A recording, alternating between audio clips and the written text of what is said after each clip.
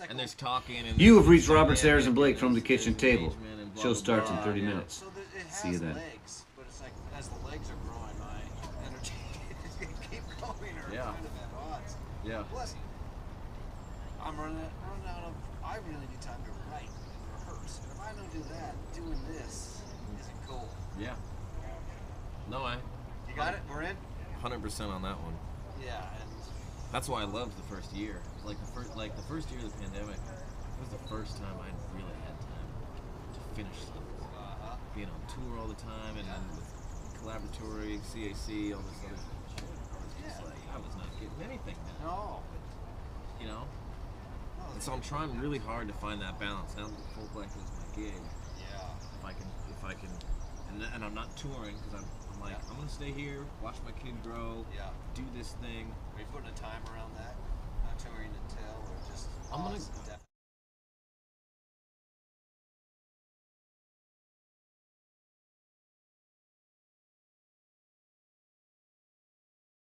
Make sure I devote some time and energy to it, and then Co hopefully will be old enough to like either be my lackey, Yeah. my bass player or drummer, Yeah.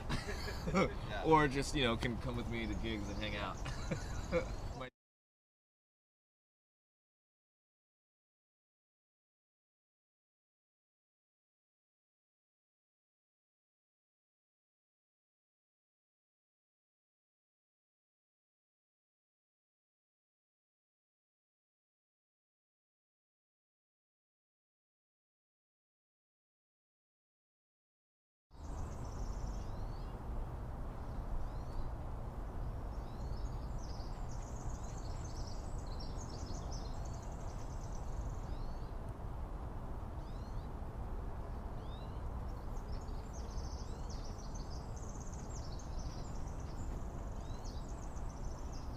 Dude, let's.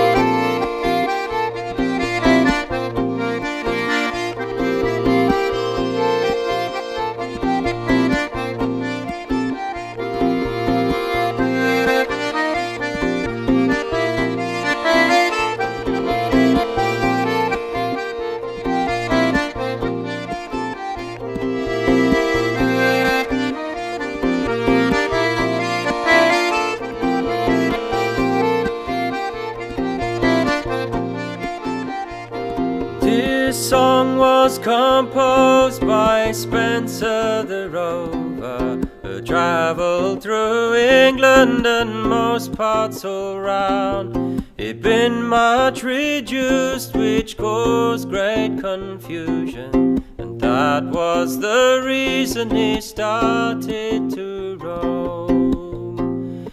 In Yorkshire near Rotherham, he being on his ramble, weary of travelling, he sat down to rest. At the foot of the mountain there runs a clear fountain, with bread and cold water he himself did refresh. It tasted much sweeter than the gold he had wasted, sweeter than honey, and it gave more content. But the thoughts of his children lamenting their father brought tears to his eyes, and it made him lament. The night fast approaching, to the woods he resorted, with woodbine and ivy his bed for to make. He dreamt about crying, lamenting and dying. Go home to your family and rambling forsake. On the 5th of November, I've reason to remember, first he arrived home to his family and wife. They stood so surprised when first he arrived, to see such a stranger once more in their life. And his children came round him with brittle prattling stories, brittle prattling stories to drive care away. Now they are united like birds of one feather, bees in one hive, contented they'll stay. So now they're all living in their cottage contented, with woodbine and children growing all around the door. They're as happy as those that's got thousands of riches. Contented he'll stay and go rambling no more.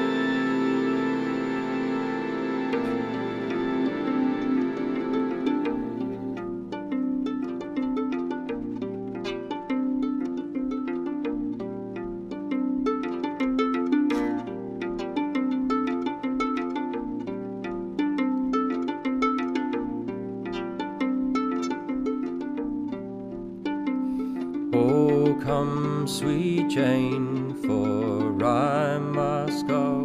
Come closer to me. My trunk is stowed on Johnson's boat with all his company. I heard a loud like thunder roar out of some cannon's mouth. I would be welcome safe at home in my sweet sunny south. I labored hard for 7 years, working for my wealth. I lived on bread and salty meat and never lost my health. I heard a loud like thunder roar out of some ship on board. I spied sweet Jane in all her curls, come stepping to the shore. I led her through the marbled halls, in through her father's door. A gay young crowd was standing around, standing on the floor. The parson read the marriage vows. Where does one soul for life? Now, Jane, you are mine without a doubt, a kind and loving wife.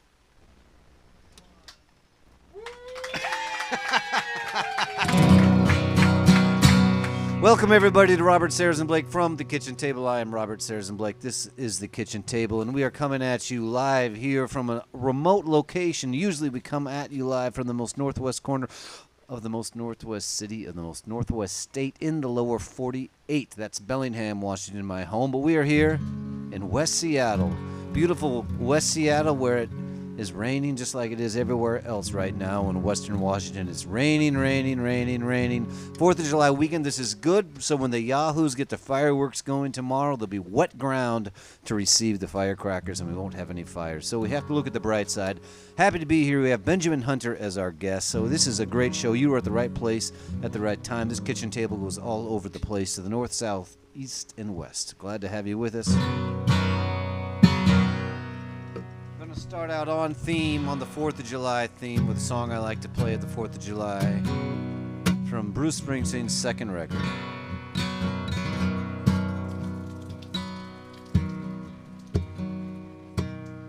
Sandy, the fireworks exploded over Little Eden tonight, casting a light on these stony faces left stranded here on this 4th of July. Downtown on the circuit, the switchblade lovers so fast and shiny and sharp, and the wizards play down on Pinball way long after dark. And the boys from the casino dance with their shirts wide open like Latin lovers on the shore, chasing those New York City virgin girls by the score. Sandy, Aurora is rising behind us, the pier lights, carnival life on the water. Oh, love me tonight, I may never see you again. Oh, Sandy girl, oh, Sandy girl.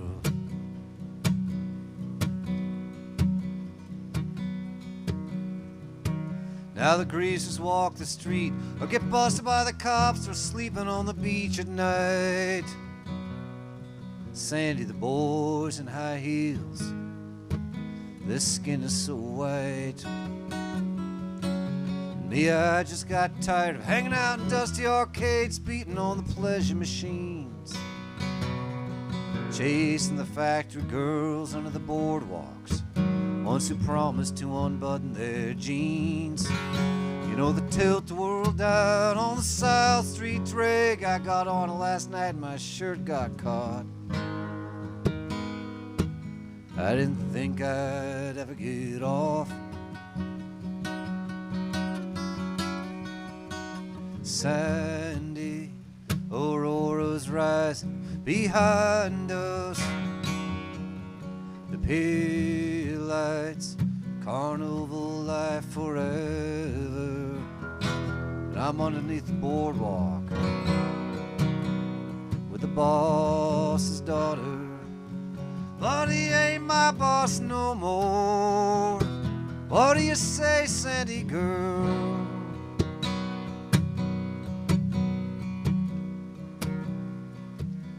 Sandy, the waitress I was seeing lost her desire for me. She said she wouldn't set herself on fire for me anymore. She worked on the boardwalk, you'd see her bopping down the beach with a radio. The kids say they saw her in some South Side bar called Kokomo. Now the cops finally busted Madame Marie for telling fortunes better than they do. For me this boardwalk life is through.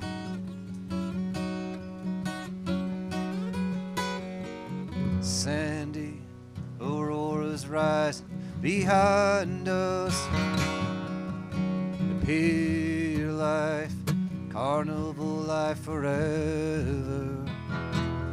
Oh, love me tonight, I'll love you forever. Oh, Sandy girl, oh, Sandy girl, oh, Sandy girl.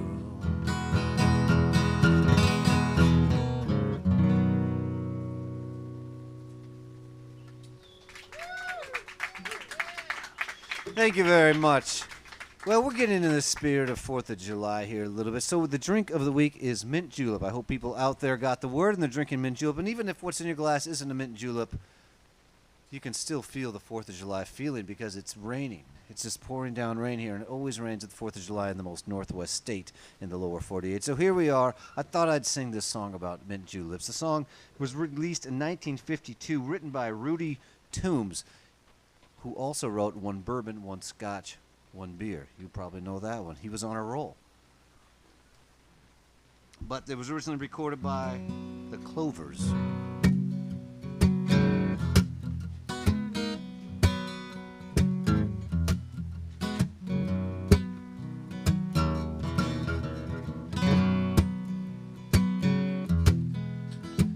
Early one morning, as I went walking, I met a woman, we started talking. I took her home to have a few nips, but all I had was mint juleps. One mint julep was the cause of it all. I don't remember how it started, I only know that we should have parted. I had a kiss and then another, I never meant to take it further. One mint julep was the cause of it all. Now the lights are down low in the parlor, went through the kitchen door. Came her father, he said, I saw you when you kissed my daughter. You better marry now or you're in for slaughter. I didn't know just what I was doing, I had to marry or face my ruin. One mint julep was the cause of it all. I don't want to bore you with my troubles, but from on now on I'll be thinking double. I'm through with flirting and drinking whiskey. I got 6 new children from getting frisky. One mint julep was the cause of it all. Yes, one mint julep was the cause of it all.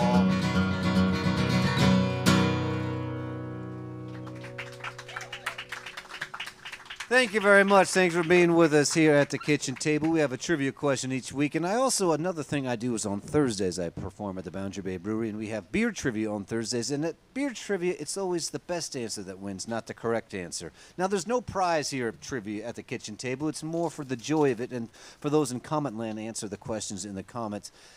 And the question is actually a factual one, but you can't find it that quickly on your smartphone. The question is, how many years out of the last 50 in the Pacific Northwest has it rained on the 4th of July? But we're not looking for the most accurate answer. We're looking for the best answer. So please put your brains around that trivia question. We'll answer that trivia question later on in the show at some undisclosed, unknown time. Meanwhile, we welcome new people who are showing up here at the kitchen table all the time. There's always room for more at the kitchen table.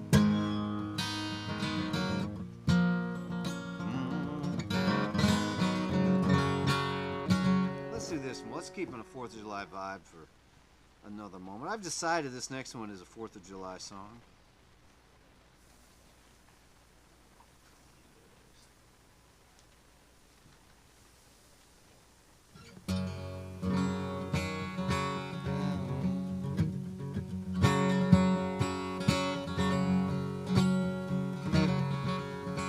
Want to tell you about this photo that I got last night.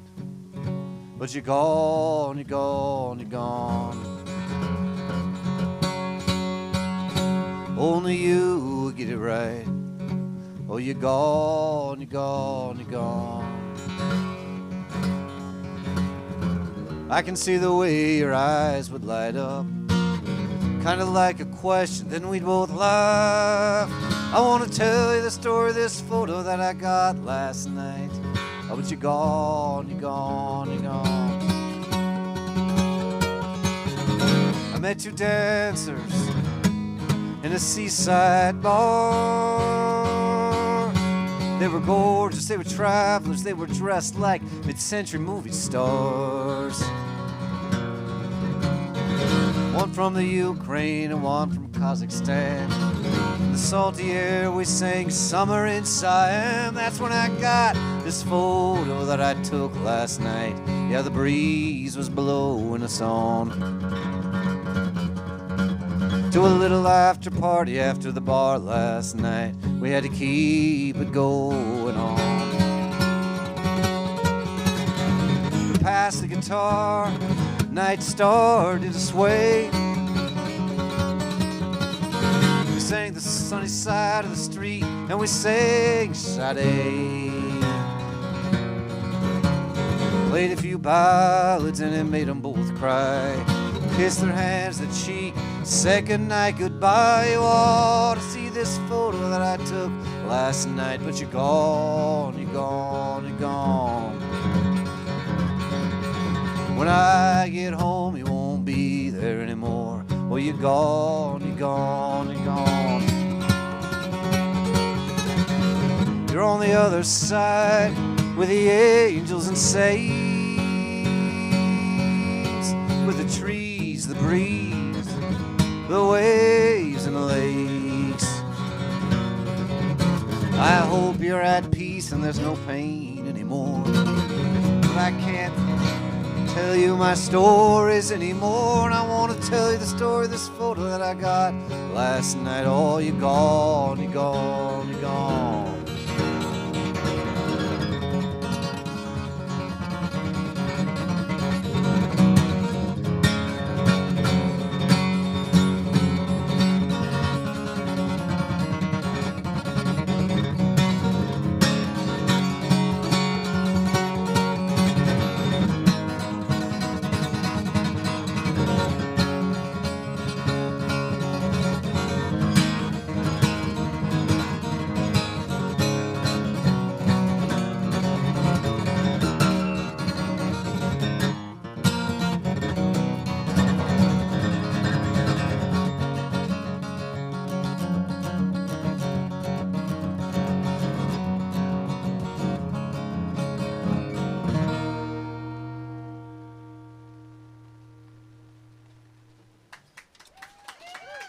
Thank you.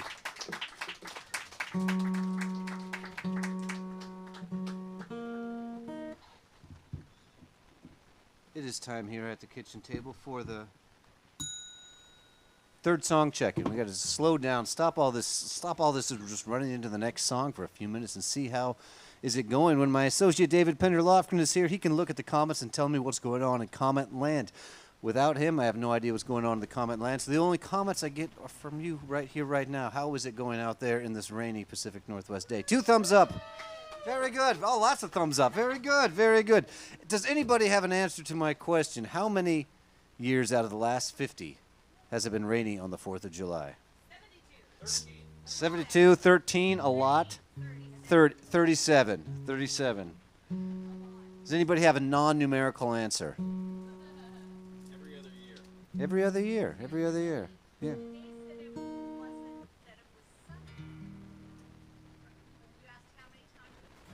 Yes. That's the thing. One might assume if it's not rainy, it's sunny, but oh no. There's something in between here, isn't there? There certainly is a middle ground.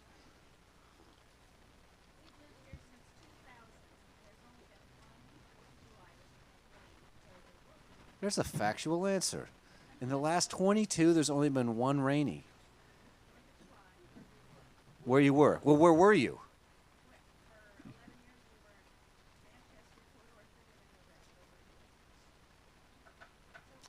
This is great. This is fun. Because I think I've put it together. You've been here since 2000, but for 11 of those years, you were not here on the 4th of July. And for one of those years, it was rainy where you were. So it's unclear to us, the listener, whether or not it was rainy here in the Pacific Northwest or simply rainy where you were. You, as an earlier part of your life, decided that song, Wherever You Go, Take the Weather With You, was going to be your thing. And so now the weather is where you are. And in Port Orchard, Orford, across the water, just Orchard. There's an Orford somewhere too, right? There is. Yeah, thank you. I like to get that kind of validation. You know, I saw from everybody else there was no validation whatsoever on the Orford. Where is Orford? I don't know. Yeah, I appreciate that. Yeah, that's good. Well, soon you'll be here. That is the voice you're hearing. There's the voice of the one and only Ben Hunter, who will be our guest here in a few songs at the kitchen table. Well, what happened is that the kitchen table took a week off, and in the last 2 weeks, the Supreme Court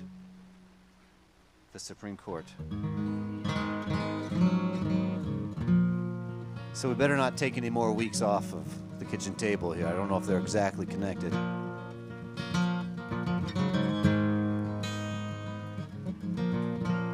I wrote this song after being at the Bernie Sanders campaign in the Tacoma Dome with how many thousands of other people were there? 20,000 other people who believed that there's a better way to put this world together. The lady in the bay holds the promise of breathing free. We feel the glow of the torch when our eyes can hardly see. You weren't born to be the master. I wasn't born to be the mule. When the law is holding us down, we get together and change the rules. Our grandchildren's grandchildren will inherit the earth and sun.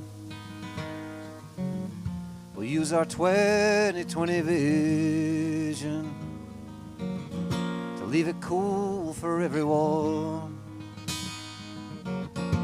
We're all on the same ship, ice melting, water rising, with all hands on deck cutting carbon. I see a new horizon.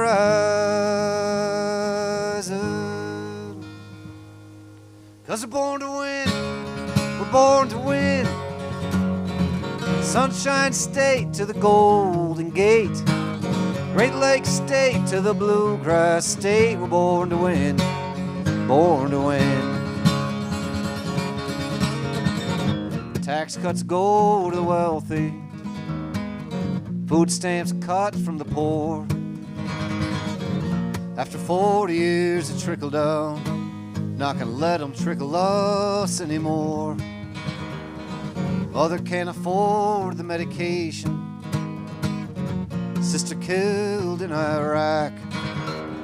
Billionaires fly to the Bahamas in a limousine jet. And still we persist, and still we persist. Still we persist, and still we persist. You can only sleep in one bed, only sit in one chair. I see too many people living on the streets, gonna have to help the billionaires share. 'Cause we're born to win, we're born to win. Sunshine State to the Golden Gate, Great Lakes State to the Bluegrass State. We're born to win, born to win. Freedom is access to health care. Freedom is no student debt. Freedom is breakfast and dinner. Freedom is a good night's rest. Freedom is being any color,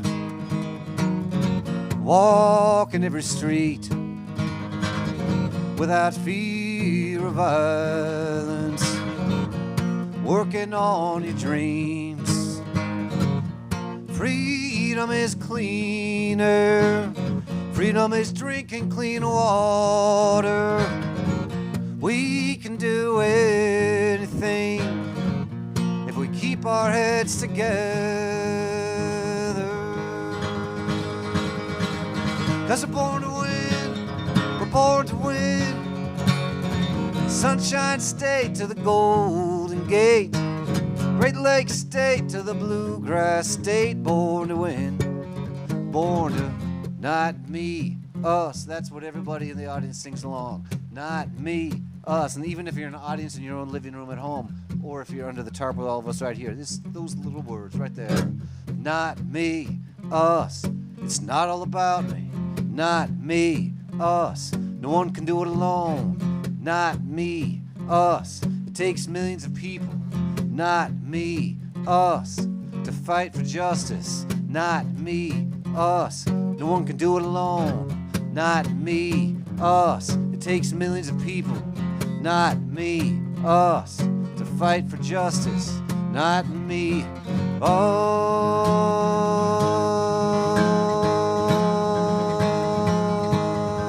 'Cause we're born to win. We're born to win.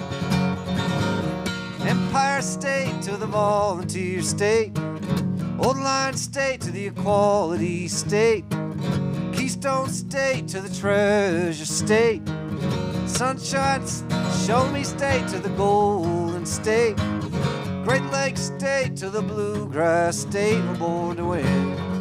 Born to win.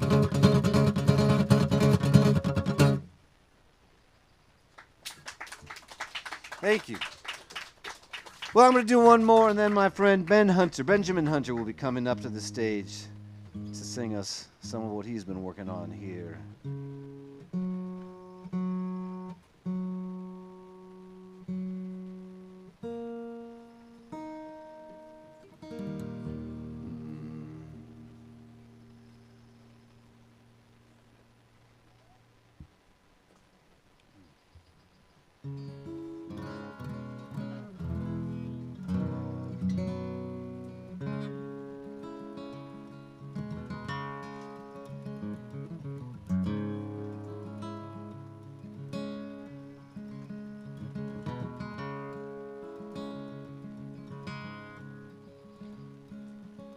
Turn the lamp low, feeling a little lost.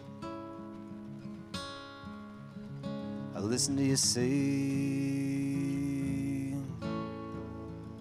I listen to you sing. I listen to you sing.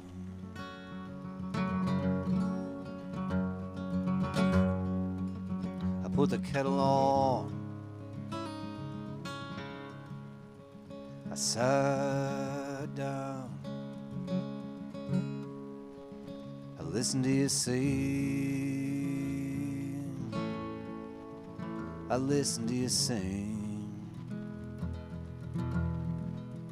Listen to you sing.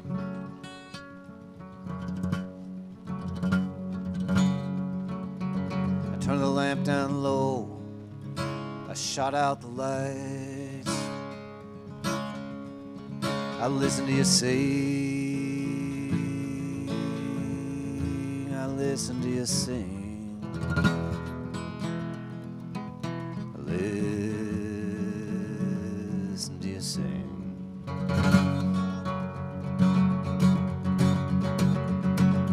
My head hung, my eyes wet. I listen to you sing. I listen to you sing. Listen to you sing.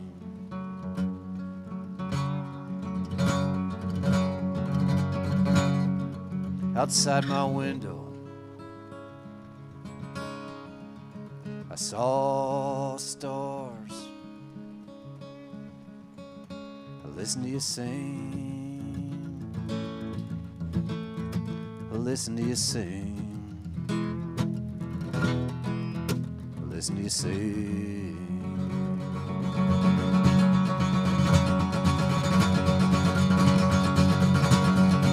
Opened the door and walked into the night.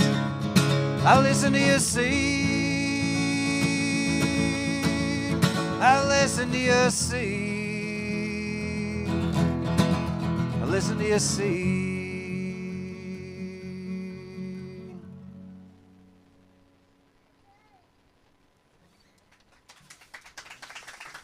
Thank you so much for being here at the kitchen table. I'm going to welcome off to my right here the one and only Benjamin Hunter coming at us right here from his hometown, Seattle, Washington. We're going to get to know a lot more about Benjamin Hunter by the time our time here is done. Thank you to our hosts here in West Seattle, our second time being. What is the name of this neighborhood?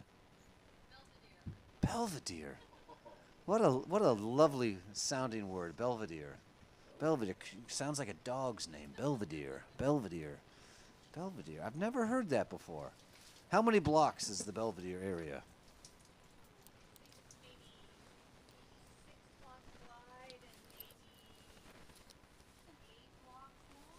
Well, welcome, Belvedere. Welcome, Benjamin Hunter, to your neighborhood here. Right here. Hands together. Hello. Nice to see you. How's things? Things are well. I had to get my mint julep. into the right cup. JULEP.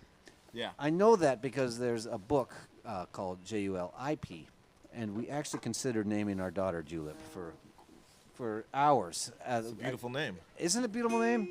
We just thought, do we really want to give this young woman the name of an alcoholic drink? And we chickened out on that. But I think of it every 4th of July when drinking a mint julep. Yeah, I don't drink mint juleps enough, so I need to do that more often. Yeah. Here's to all the julepers Here's out all there. the julepers out there. Yeah. Well, she's just right into it, isn't she? Yeah, you Dad? really got into it. You didn't waste any time. This is. We have a joke, that if you're a guitar player and you're playing gigs, you will get what yeared. And that can be, when you're loading in or setting up, someone will say, what year is that guitar, man? And I've even in the middle of guitar solos, I've seen it happen. People shouting from the audience. So you've entered the stage and the audience has what yeared you? I didn't know what year it was actually. I only knew the maker. This is a 2017, a real fine year.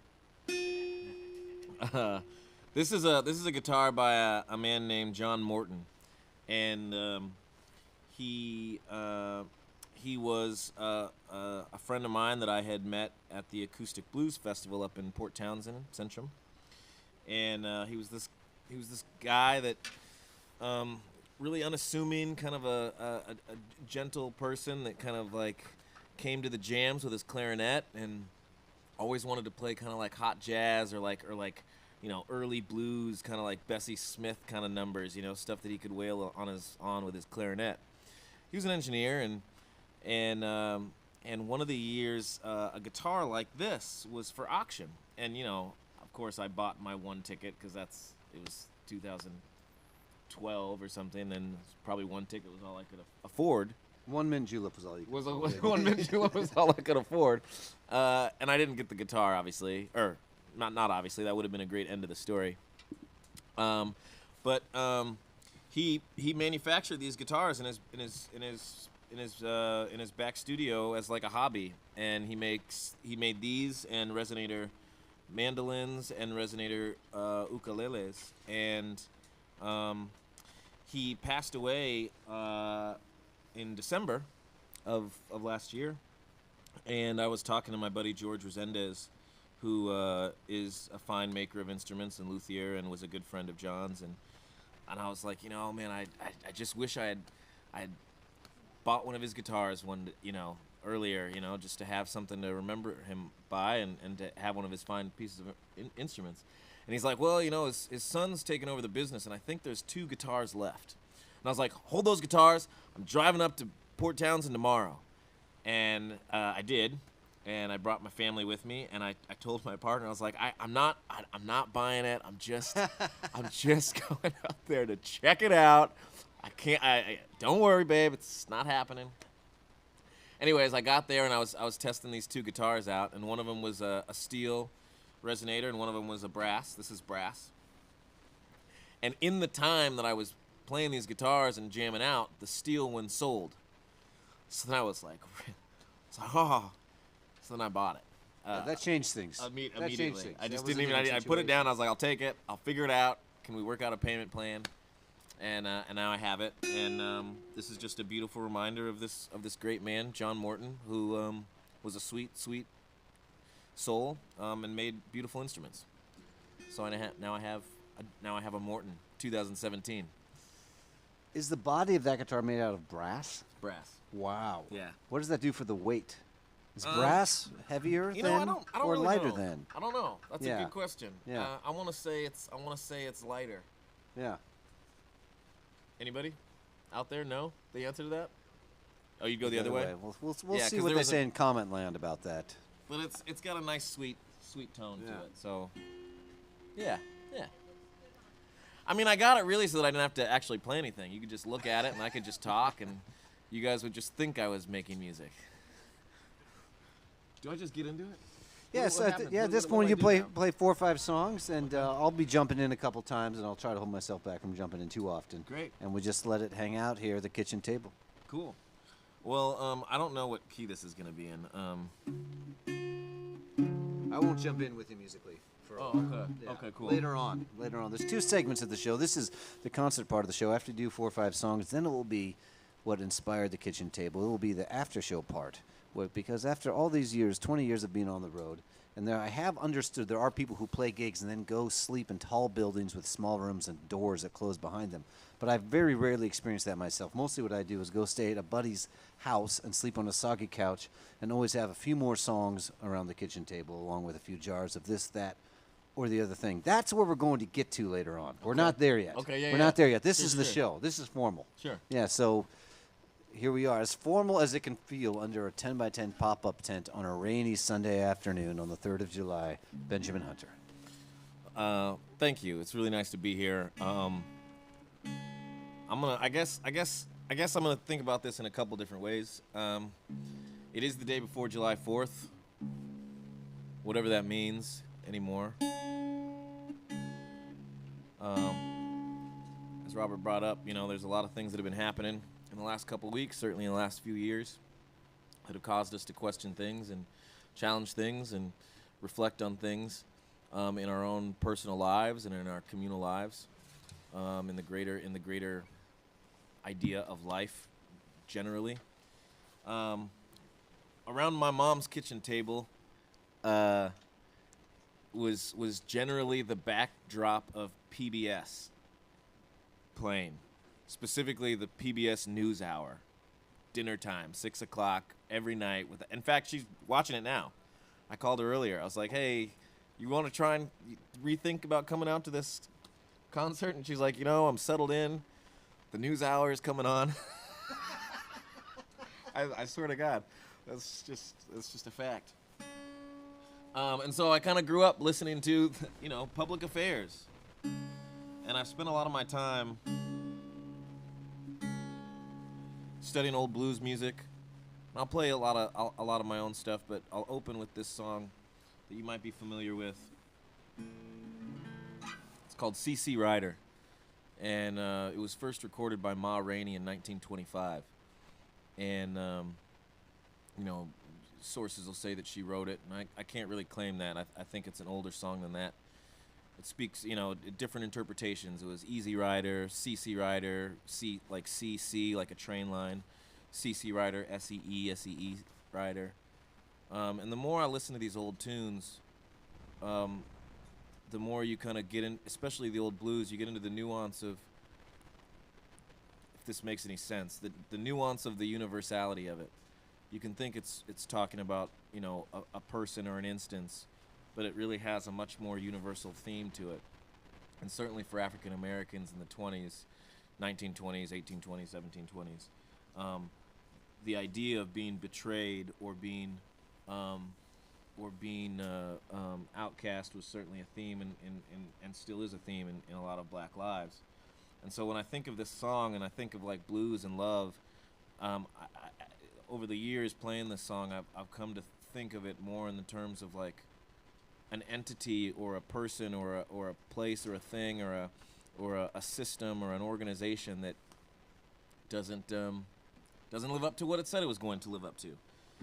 So I don't want to make July 4th a downer, but I do want to make it something that we reflect on, because if it was the day of independence, it became the day of independence through struggle and revolution, and through rethinking how we want to live our lives.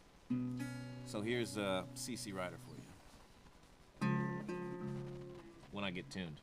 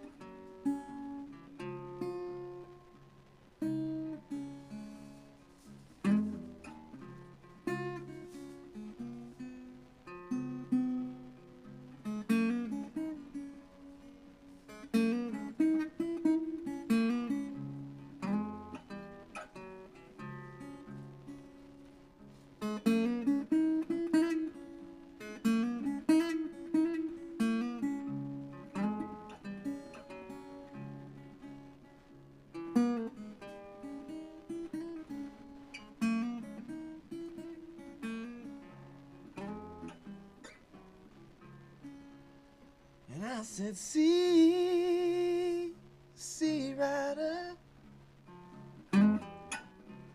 see what you done done. See Rider, see what you done done. Yeah, see Rider, see what you done done. You done made me love you. Now your man done come. I'm going away, baby. Won't be back till fall. Going away, baby. Ain't gonna be back till fall. I'm going away, baby. I ain't gonna be back till fall. I'm gonna find me another lady, or I won't be back at all.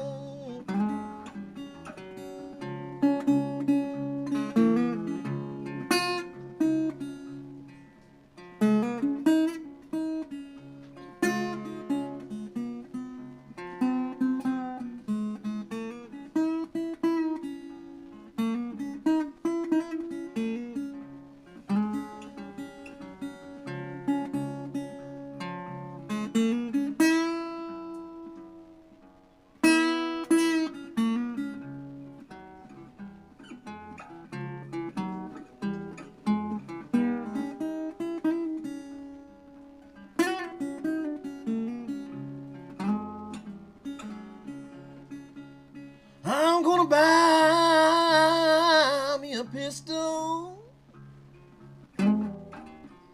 as long as I am told. I'm gonna shoot my baby and catch me a cannonball. Yes, I'm gonna shoot my baby and catch me a cannonball. 'Cause if she ain't gonna have me, and she ain't gonna have no man at all. And I said, see, Rider, where'd you sleep last night? Your shirt ain't buttoning, your shoes ain't fitting right. Yes, your shirt ain't buttoning, your shoes ain't fitting right. And you ain't come home this morning till the sun was shining bright.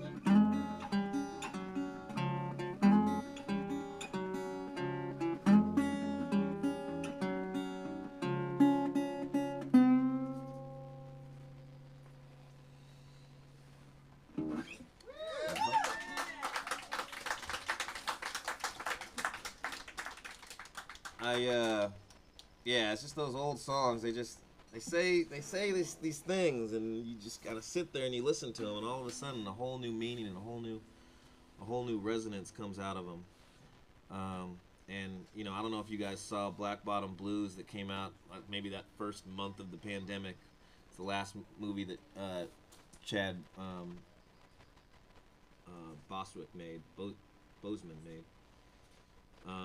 About Ma Rainey Blues, Black Bottom Blues, that August Wilson film. I don't know why I keep messing up the word. But you know, she was a powerful woman, and she sang much more than just like the lyrics, right? It was a feeling. It was something else that came out of it, and that's why I love those old songs so much. And that's why music is so dang important, ain't it? This song is a song I wrote right before I was about to have my first kid, my only kid, the kid I have.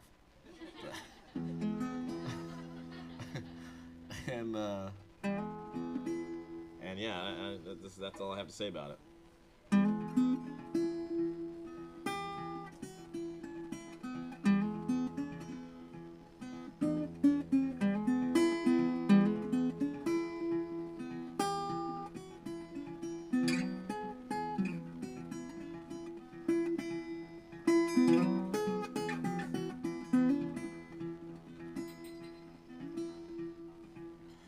Who's staring at the window in mountains in the morning dew, taking Kodak pictures as I pace on by. I find myself reflecting on that first time I looked at you. This train keeps on keeping on.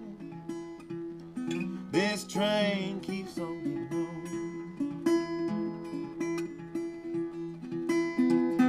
These tracks, they got a cadence, they ride me like a lullaby, like my mama used to sing to me, yeah, like reminiscing sweet, sing soft and gently hypnotized. This train keeps on keeping on.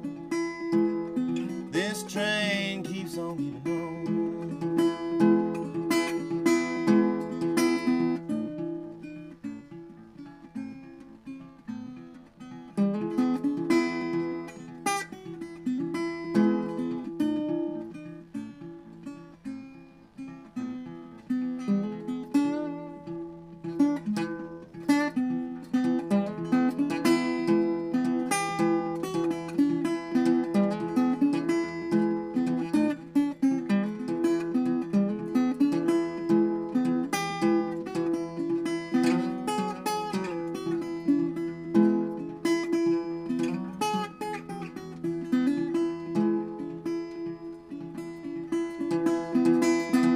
Comfort is a blessing, each moment just the two of them. I hold it in my heart just like a lucky charm. Some people spend a lifetime just searching for some pixie dust. This train keeps on keeping on. This train keeps on keeping on. Yeah, my baby, he is growing and he's rising like the morning time. Lights up the whole room just like a midnight moon. Got me learning lessons, things I've been trying hard to hide. This train keeps on keeping on. This train keeps on keeping on.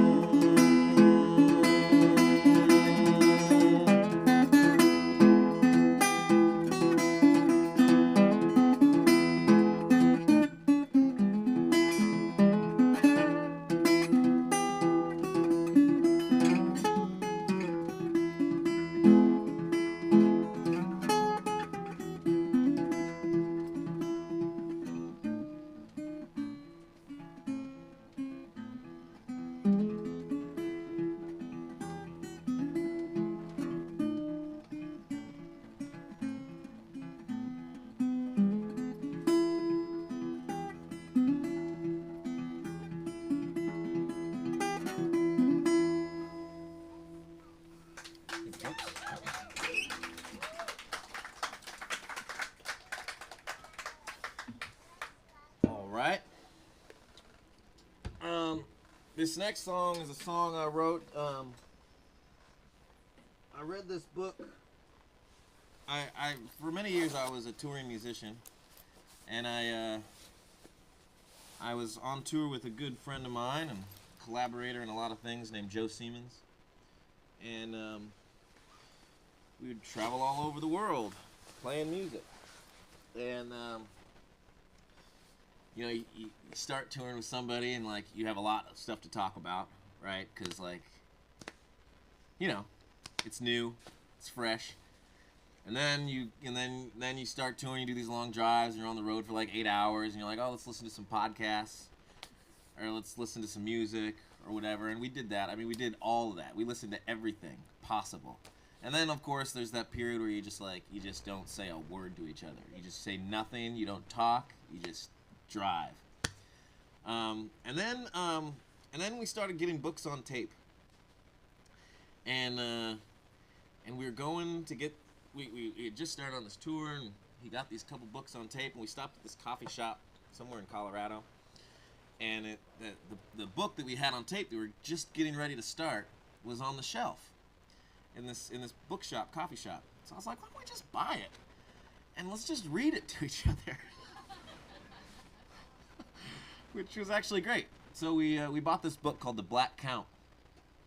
Has anybody here read The Black Count? Anybody know about that song or that book? I'm gonna turn it into a song, but the book. The Prius knows. It's a story about a guy named Thomas Alexander Dumas, and Thomas Alexander Dumas was the father of Alexander Dumas, the author whom we all may know, the writer of The Three Musketeers and The Count of Monte Cristo and many others.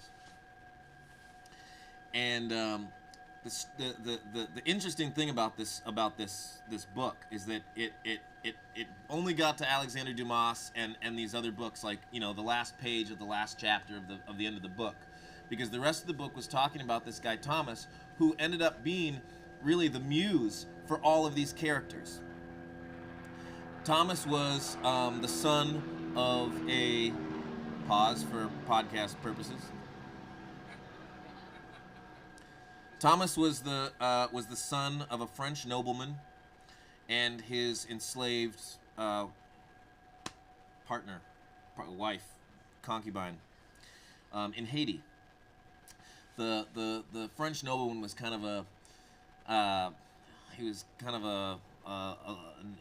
good. I mean, yeah, they all were, but good for nothing, lazy, ambitious, but didn't know how to do. He was a screw up. He was a mess up, and he kind of lived off of his brother's land in Haiti on the plantation, and had 3 children with this enslaved woman. And in an attempt to get back to France, because he had no money, he sold his wife and his 2 daughters so that he could get transport and pay for transport for him and his son back to France. His son being Thomas. And he raised Thomas in, you know, the French aristocracy circles, taught him how to horseback ride and sword fight, and you know, all the education, all the proper things. And Thomas Alexander ended up, over the course of, you know, his lifetime, rising to the ranks of a general in the French Revolution army. So, like, this is right when the French Revolution is about to happen. So, you know, fraternité, liberté, égalité, all those things. And what's interesting about this book is that it tells the story of this person, but it also tells the story of the peripheral things that were happening, especially around the French Revolution, right? And France had laws that were, you know, if you step foot onto French soil, you are free, no matter your color. And so during that time, you had Chevalier de Saint George. You had all these prolific and incredible black and Creole artists and musicians and writers that kind of existed in that era. In fact, you think about Marie Antoinette and all of her flamboyant, colorful dresses. Well, they were all inspired by the designs and the dresses and the fashion that was being portrayed, demonstrated, illustrated in the Creole, BIPOC scene. It wasn't called that then, but you know what I'm talking about. It's all circular. And so anyways, he rose to the ranks of general, and all these incredible stories about, you know, all these undertakings that he did. He scaled the side of a mountain with just a pickaxe and his rifle to sneak into some fort and whatever. He got shot multiple times on a bridge. All these incredible stories, which were the stories that made up D'Artagnan and the, you know, all the countless characters in Alexander's book. And right about the time that the French Revolution was taking its turn, and there was another rising star in the revolution, a guy by the name of Napoleon Bonaparte. And he rose to the ranks just above Thomas, right when they were taking their mission down into northern Africa. And you know, those three things: fraternité, égalité, liberté. Setting foot on soil, they were going to dismantle the slave trade. They were going to dismantle plantations. But Napoleon wanted to, live the emperor's life and wanted all the treats and all the delicacies and all the things. And so he sided with the plantation owners because he needed the money, because the French Revolution needed the money. At least this version of the French Revolution needed the money. And so they did not abolish slavery. They did not abolish the slave trade. They instituted policies that made it so that it doesn't matter if you were black. If you set foot on French soil, you were not free. This, of course, did not apply to any women whatsoever. All women were still subject to laws that still women were subjected to for many centuries after, or many years after. And so I wrote this song because, right, the history books say that so much of the United States was modeled off of the steps that were taken with the French Revolution and the ideas and the philosophies that were coming out of the thinkers, right? Thomas Jefferson went and visited, France all the time to learn and study about how to make this republic a better republic. And I think about this moment where this thing could have changed, and if France was going to be this model for what America was going to be, and if France had decided to take those steps to abolish slavery and to get rid of plantations and to do the right thing, what could the subsequent 3 centuries afterwards have looked like for the United States that was modeling itself off of the philosophies of the French Revolution? And so I named this song Mother Earth, please forgive me. Matre, pardonnez-vous, s'il vous plaît. And if you speak French, I apologize.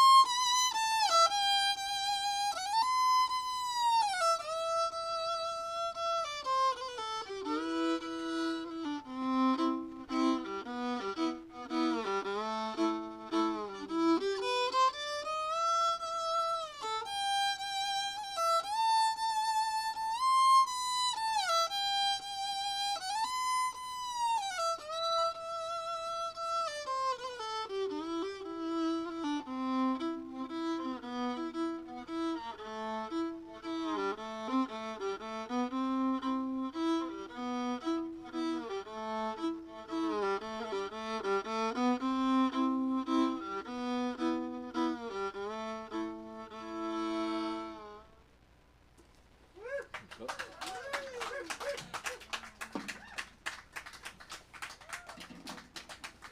that's that song. I got another song here for you, another one with no words. You watch Fantastic Beasts, where there's that suitcase with all the Fantastic Beasts and they just pop out? That's what I just did there. Just reached in my suitcase and pulled out a Fantastic Beast. This is my gourd banjo. And I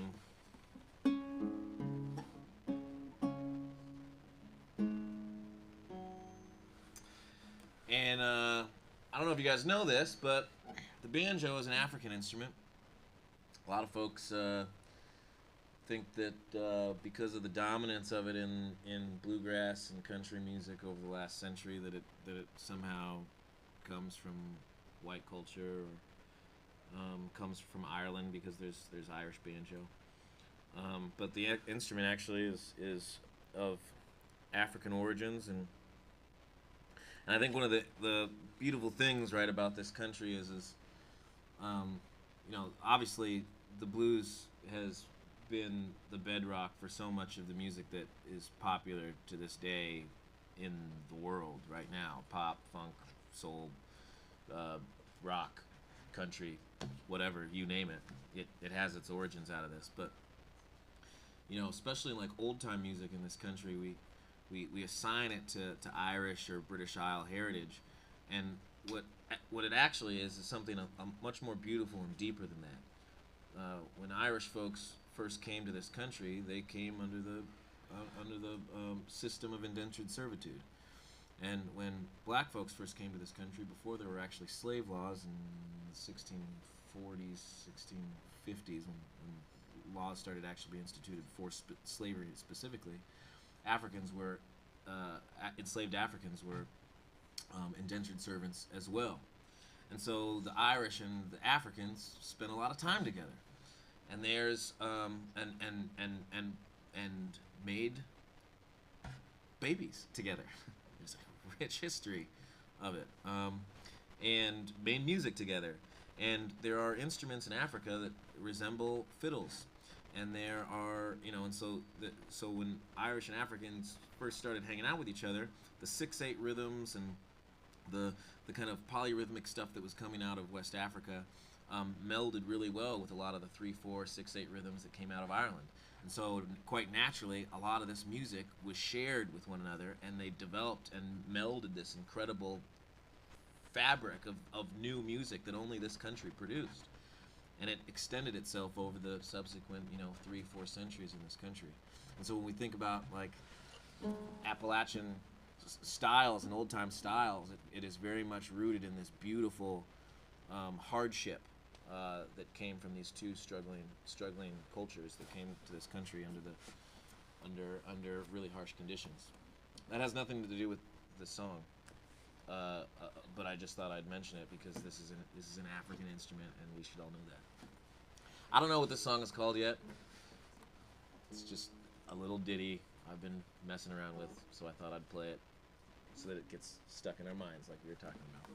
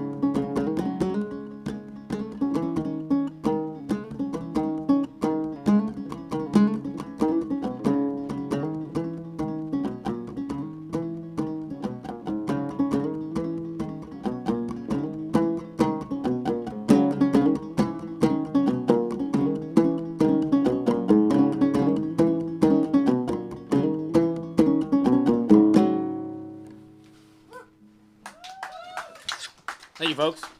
Thought I'd just play that real quick, just to have a quick song. I'll play one more song and then continue the show. This is a happy song. I know I've been getting all deep and stuff. Apologies. This is gonna be much lighter. I wrote this song. This is a great story. Whether you like it or not, we all poop, right? And it's just a thing we all do. And I wrote this song. Rachel and I, my partner, decided to take like a vacation maybe 6-7 years ago. I know, 7 years ago we decided to take a vacation. And we work a lot, and so we were like, we're just gonna go up to the San Juans and just camp for a couple days. You know, we're just gonna take it easy for just a couple days. And I was like, you know, babe, we don't need to find a campsite. We'll find one. Just be easy about it. Let's just get up there and let's just be easy. It'll be fine. She's not quite like that, but she, you know, we were starting off, so she thought, let's try this guy's strategy out. Well, of course, we got to the campsite, it was full, and so we found, and not every campsite was full. So we got online to find something, and there was this person who had a horse ranch, Sue, and we went to the campsite, and we knocked on the door and said, hey, we'd like to get a thing. And she's like, oh, where did you hear about this? And I was like, I don't know, the website. She's like, darn it. That's not supposed to be up. We're not actually open. But sounds like you're in a hot spot right now, so $20, we'll give you this campsite. So it was on this horse farm, and you know, they had built all these new structures, and they were, you know, so there was like a little outdoor kitchen. There was like maybe 2 campsites, so it must be designed to be like some deluxe, like, you know, exclusive thing. Anyway, so it was just us. And we set up the campsite, and Rachel's a water child, so she wanted to go hang out by the ocean. I don't really, whatever. It's cool. I'm from Phoenix. It's not the biggest deal to me. So I was like, I'm just gonna sit here and hang out, you know, play some music. You go to the ocean and have a good time. Well, the other structure that was just been built was a brand new, never been used, cedar framed outdoor toilet, looking off onto this beautiful vista. You know, it's just like just out you and just, you know, well, me, myself and I, fresh cedar, never been, you know, nothing, and me looking out onto this pastel, beautiful scenery. So I was like, well, I'm gonna just take this guitar and I'm just gonna sit down for a little bit. So I probably sat there for about an hour and a half. Naked as the day I was born, with my guitar, different guitar, just in case you were wondering, and wrote this song, and that's the introduction.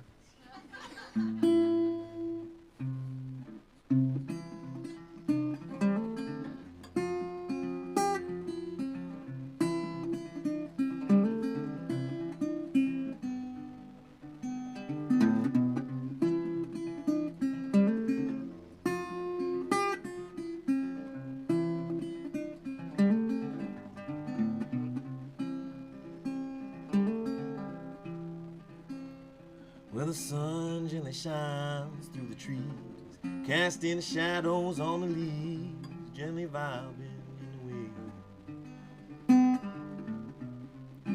Grass hardly shows as the wind barely blows. Dragonflies, they dance and they spin. My sweetheart's out watching the waves as they drop in. Waves, they come by again and again. And I sit here thinking with these thoughts that I've been thinking. Thoughts that come by again and again.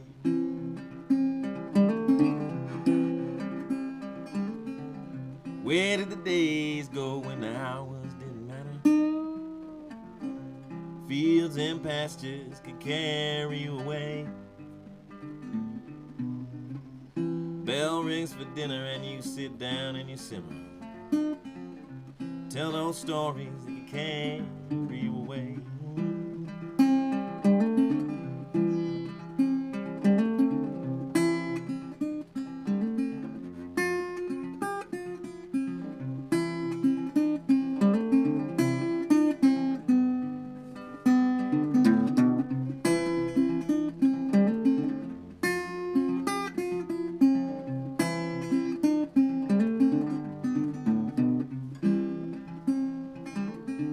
me tell you what I saw there.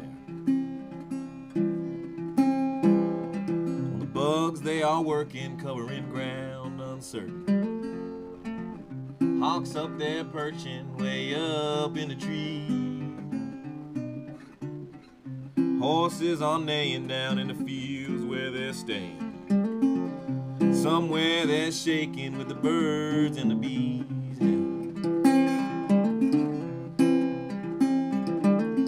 And these observations, they are often mistaken. And I ain't got the time as the world passes by. Stop and listen, put a pause to my ambition. Live in the present, not the sweet by and by.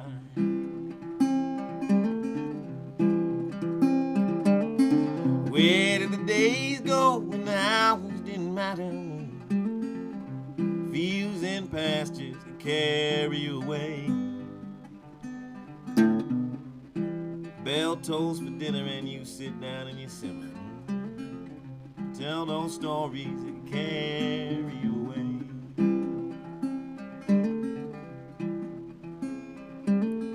Tell those stories that could carry you away.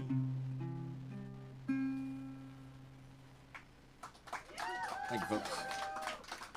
Welcome back to the stage, Robert Sarazin Blake, everybody. I love it when the MC gets MC'd. Wait, oh, John. He's gone. John's gone. John's gone. It looks like you're the MC.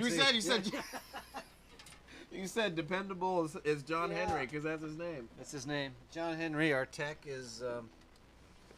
Oh, I thought Seraphy was just going to jump into the moment. Jump into the moment, into the soundboard. Just to turn the knobs. Here he comes.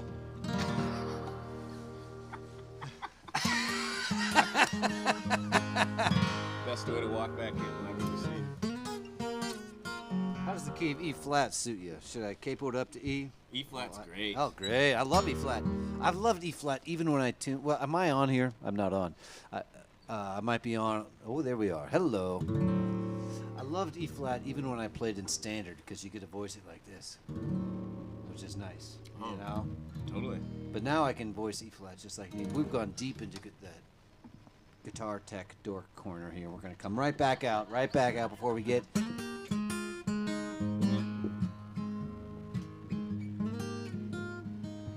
Something about that last tune of yours put me in the mood of this tune here.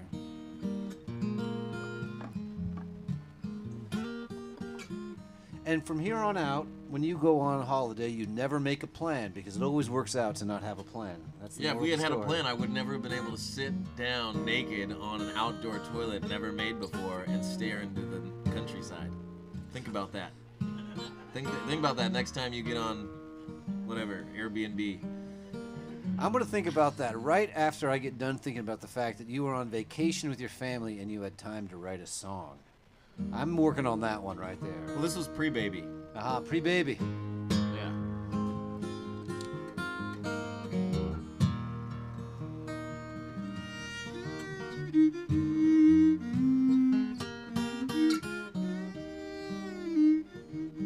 I had a glass of wine.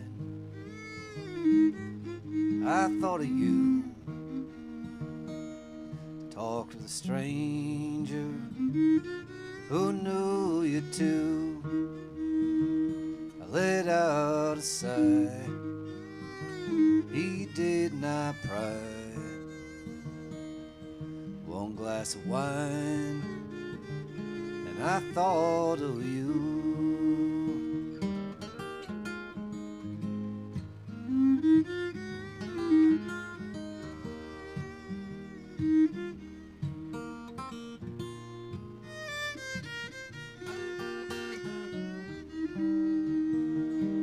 I like the train, even if it's late.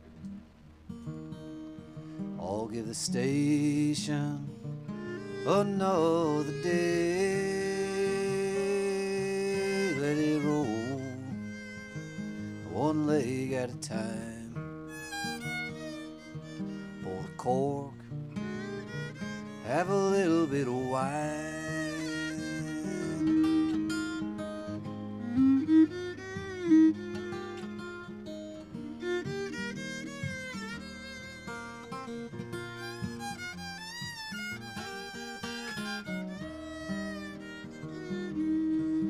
drinking wine, thinking of you. I almost called, it was almost the thing to do, but my hand never reached the dial. Had you on my lips such a little while. Flat five.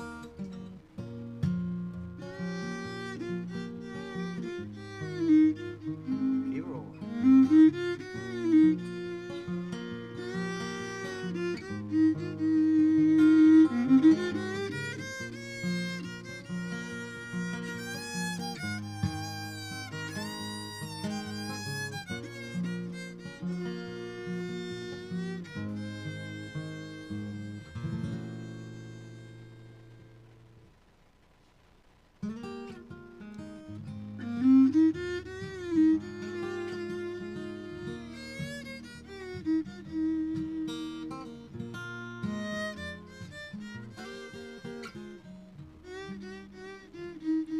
17 miles till we get to Eugene.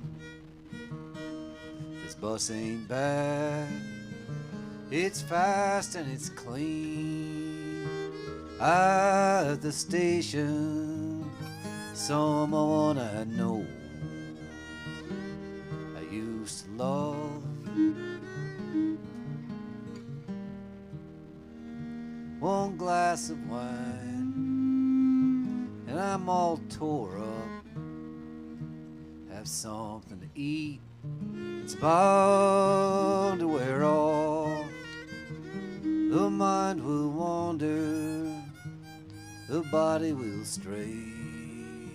No one can ever take anyone's place.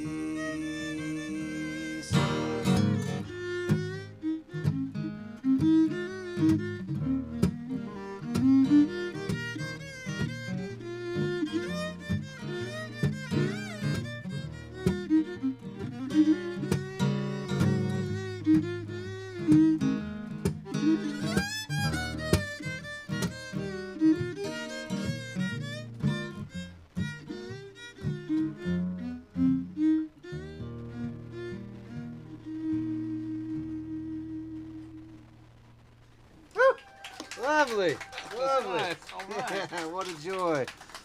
What a joy to be sitting around the kitchen table with Benjamin and Hunter here where we're enjoying a few songs. The gig is over and now we're back at the house and one of us is going to be sleeping on a soggy couch tonight. I don't know, maybe your tours weren't like that. They definitely were. They were, yeah. Yeah. They're the best way. You don't want to go to some place where it's clean. No. Nobody's there. Nobody's ever written a good song in a clean place. No one's ever written a good song. That's why you use the toilet. Yes. That's right. Yes. I have a great story about a folk singer. I'm not going to call him out right here, but I will say I had him play in Bellingham recently, and I brought him to a hotel because normally I'd be on the soggy couch, but COVID, we're keeping everything so careful, so I got a hotel room for him. Masked up, and I walk him up to his hotel room. I'd never been in this hotel in Bellingham yet.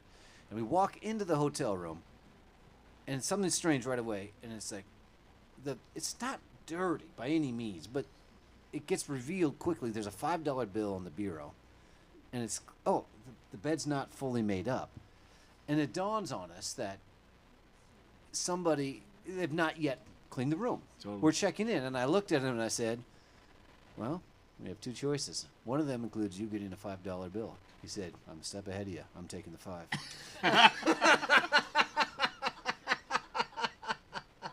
Which I can guarantee you my mother wouldn't have taken that option, I don't know. It really depends on the situation, I think it could go either way depending on the day, the time. I was impressed. I Yeah. was impressed. Now I'm going to just guess. My mind's going to be thinking about who would who is that this be? person? Who would that be? Yeah. Who would it not be? Who are you? Who am I? Who are we? These are great questions. Totally. Yeah. Yeah, what's your threshold? What is your threshold? And I mean, my threshold is way beyond that, right? Yeah. I would like to think so. Yeah. Oh. I'd like to think it would be a know 50. from personal experience, it has been way beyond one sleep in the sheet. I mean,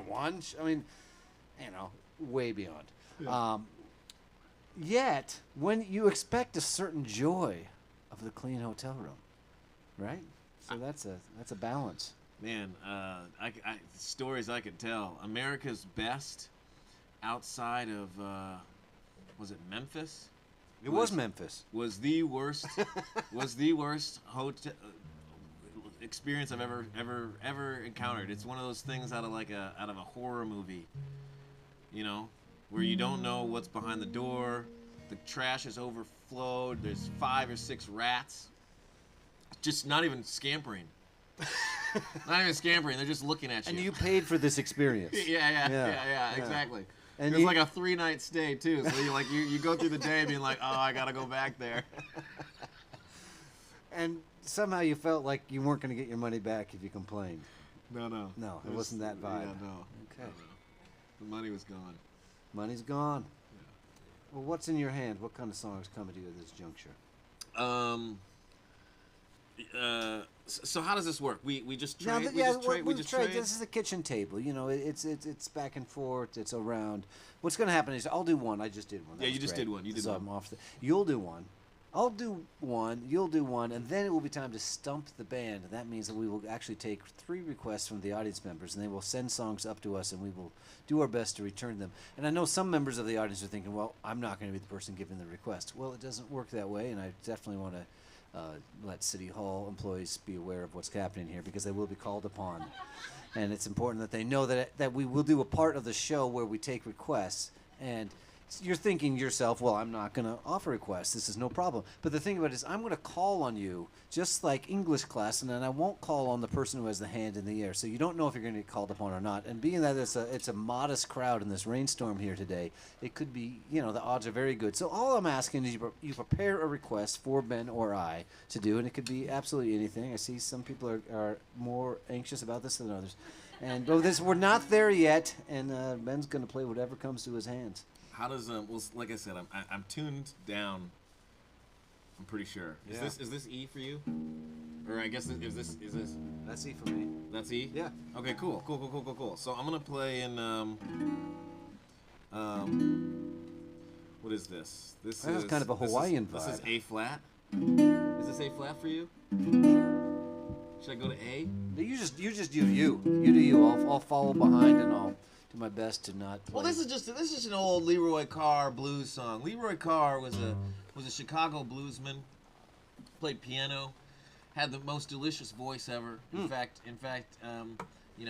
his colleagues, his the people that he played with in Chicago, they would talk about how they would go to his place late at night and wake him up just so that they could hear him sing, just so that they could end their night, with a nice tune in their minds before they went to bed. Which sucked for Leroy. He was like, man, I was asleep. What are you doing to me, man? But he had a lot of great tunes. Played with cats like Tampa Red and Lonnie Johnson, and this is one of his tunes he was most famous for, called "In the Evening."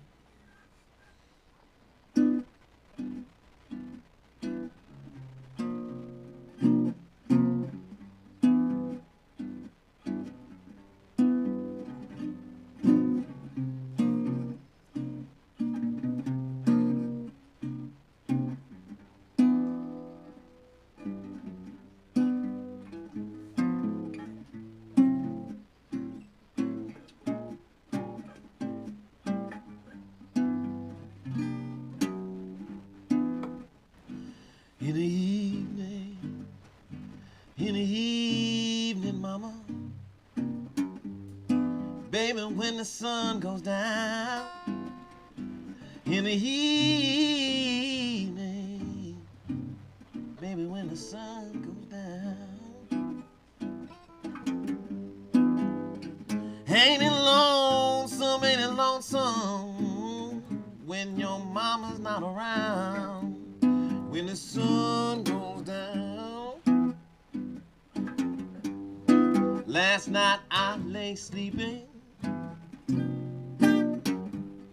I was thinking to myself. Last night I lay sleeping, I was thinking to myself. Well, I was wondering how could she love me and she love somebody else when the sun goes down. Ooh, ooh, ooh,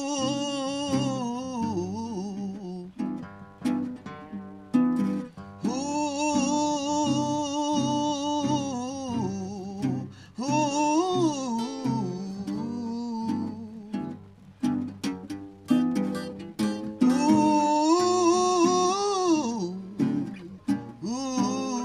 When the sun goes down. Go ahead.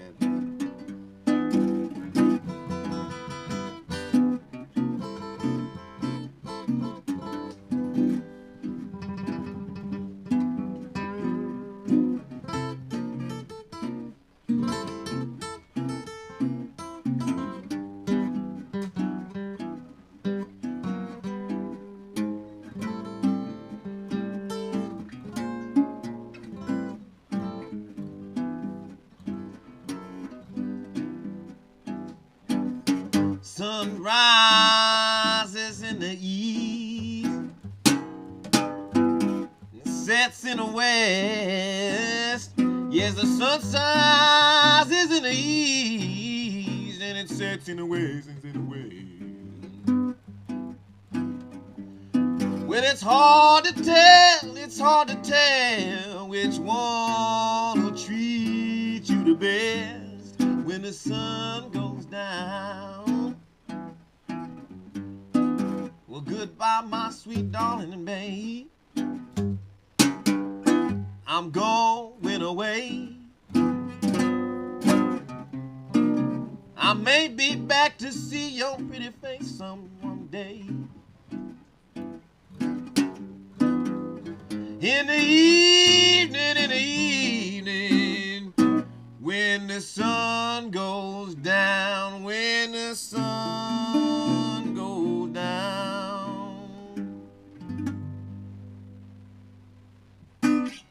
Lovely. Likewise. Thank you. Thank you.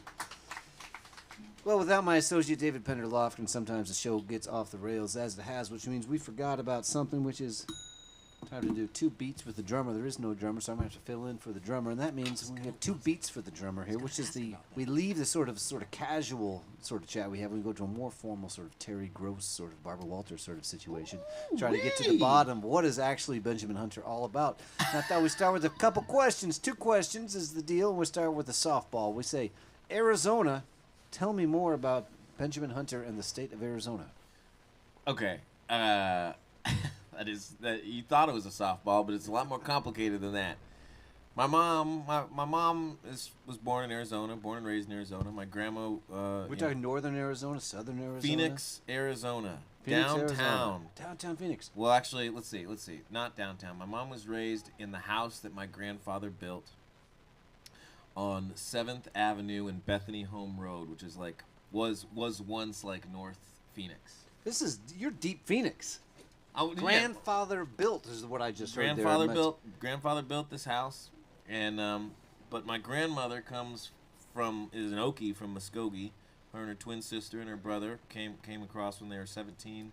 I guess her brother was about 11 or something like that. So, anyways, my mom's born and raised in well, let's Phoenix. not just let that dangle away from us. See, I mean, they're coming from Oklahoma. They're going to California. Yeah. But you got to have the do-re-mi, as Woody told us. He told them, and they didn't have the do-re-mi maybe, so they stopped there in Phoenix. They stopped there in Phoenix. And they never left.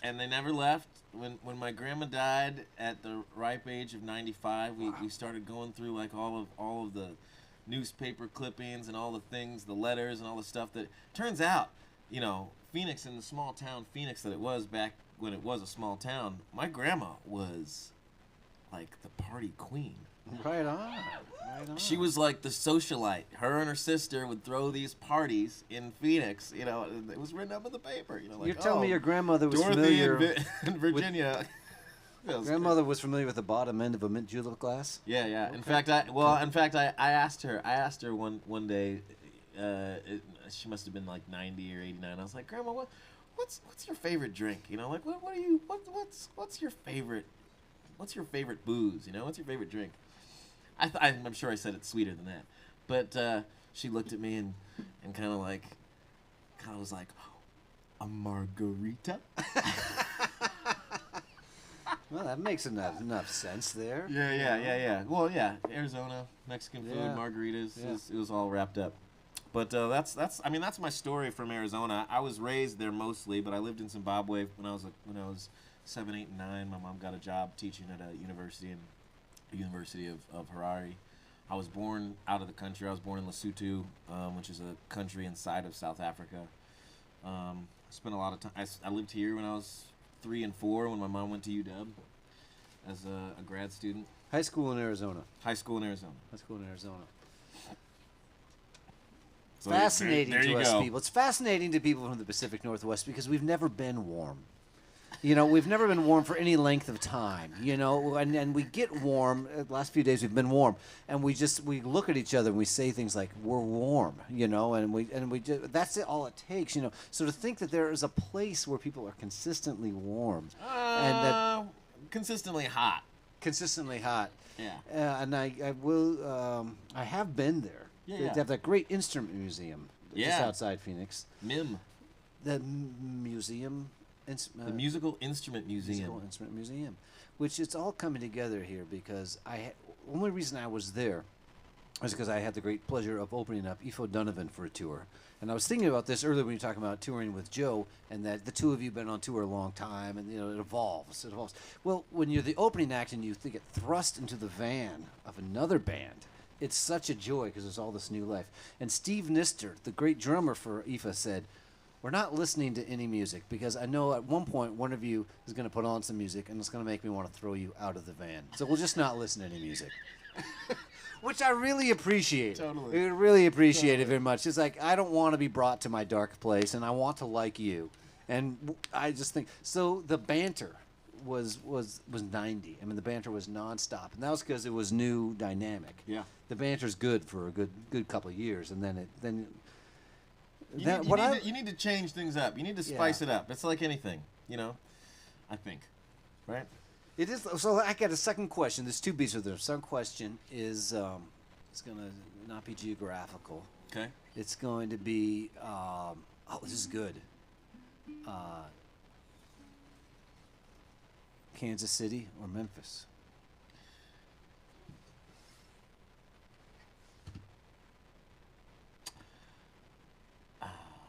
Okay, I've had great moments in both of those cities. Has anybody here been to Memphis? A couple people. Okay, just a couple. Anybody here been to Kansas City? A couple more people have been to Kansas City. Kansas City's great. It's a lot of brick. You know, there's trains and there's brick. A lot of brick. You know, it's got a good there's a good well, at least when I was there was a good music scene. There's this beautiful old jazz club that's still part of the Musicians Union. It's the headquarters of the old Musicians Union where there's a lot of heavy hitting jazz cats that come and play every night. And then Memphis is Beale Street, man. And Joe and I were there for the we got first place in the International Blues Challenge there in 2016. I thought I saw a feather up there. There was a feather up there. It was pretty cool. But you know, for that, I say that just to say that like for that week, Beale Street has activated what I can only imagine was what it was like in the 20s and the 30s when you know Gus Cannon and the Memphis jug band and like all these sweet players were just playing and drinking in the street all day. So I'm gonna go with Memphis. Going with Memphis. Well, it's proximity to Mississippi, Nashville, Jackson. And Chuck Berry didn't write a song called Kansas City. He wrote a song called Memphis, Tennessee. So that's in the category. That's on the. Yeah, but then there's that great song. I'm going to Kansas City. Oh yeah. Yeah, so. Kansas City, here I come. Kansas City, here I come. I think about it all the time when I think about Kansas City. It's right there. But let's talk more about grandmothers because it's one of my favorite conversations. You Great. brought it up. That opened the door for me to do this one here. I'm going to do one. Joe's going to do one. I'll see, that happens all the time. Make sure we cut that out of the podcast.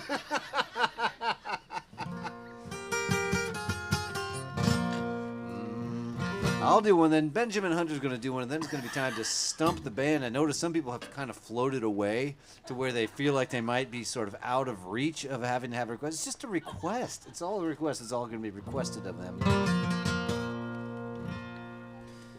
We decided to name my daughter Lena. I was always hoping to name my daughter, if I ever had one, after my father's mother, Maxine. Oh, Maxine's a good name, too. Thank you. Thank you. We had a conversation, and my partner said, yeah, middle name, Elise. And I said, Maxine Elise. Absolutely wonderful. And we lived that way for a while before we realized what she said was middle name at least. I heard middle name Elise. And I thought, Maxine Elise. And months, I think, went by when I was thinking, this is great. Maxine Elise, this is the deal. This is wonderful.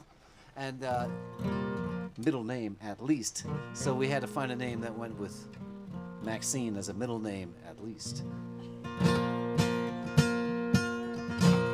Still wrapping my head around that. Maxine didn't have a garden. We lived in a condo. Came over to my house after school and we went walking for cans, looking for cans, collecting cans. Have a B flat. You know, That's weird. So punk rock was not new to me. My grandmother dived in dumpsters, brought home treasures for the family. My father shook his head. She offered him a beer, found in her favorite place. Drink up, she said, there's nothing wrong with it. I learned class from my grandma. What you offer me, I'll take it. Something I learned from my grandma. When Maxine grew up, her parents weren't around. She rooted for the underdog whenever there was a game on. She gave me a drink at 13, said if it's all right with your father. She drank Manhattans, well, it's all right with me. I'd stop by her place, sometimes early in the morning. We'd have what she liked to call a treat. Learned it from my grandma. It's never really too early. Something I learned from my grandma. Take one.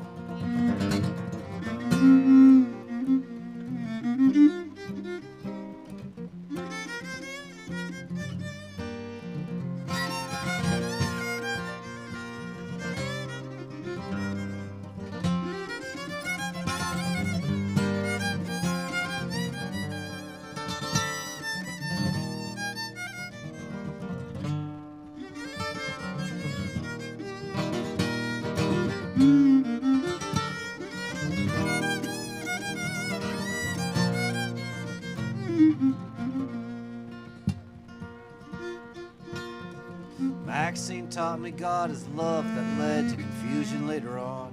When I met Christian, she let me help her light the candle on the altar. The church was dark and cool, there were mostly old people there. And after church we would go walking for cans, looking for cans, collecting cans.